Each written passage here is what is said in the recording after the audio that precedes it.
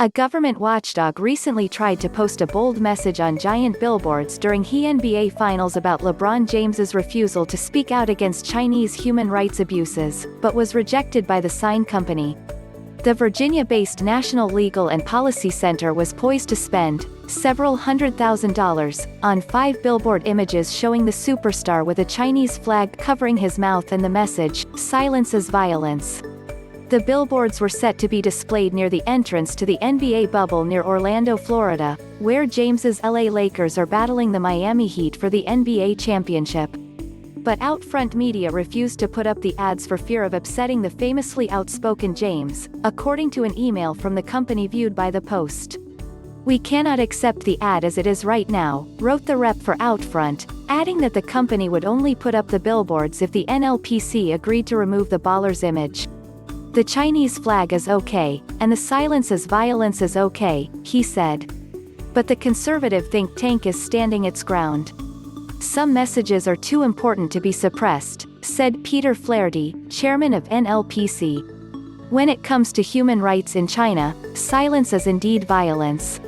We should be able to call LeBron on his hypocrisy without this censorship."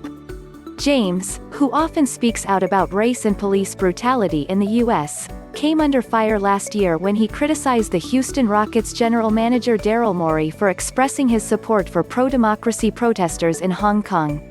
"I don't want to get into a word or sentence feud with Daryl Morey, but I believe he wasn't educated on the situation," James said at the time. The comments sparked outrage among Hong Kong protesters, but were praised by Chinese communist officials. James has a lifetime endorsement deal with Nike, whose Chinese-made products in his name have brought in hundreds of millions of dollars. Last week, James, whose net worth is $480 million, reportedly bought a $36 million mansion in Beverly Hills.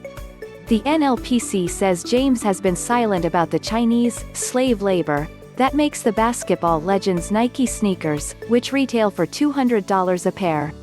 The NLPC went back to the drawing board and came up with different versions of the ad, but those two were met with rejection and then silence from Outfront. "They just stopped returning our calls and emails," said Tim Kramer, an executive with operations at Mosaic, an LA-based advertising firm that created the ads. "They thought that we were singling him out and were afraid that the ad would hurt LeBron's feelings. But we were never going after LeBron James the person. We were going after his brand."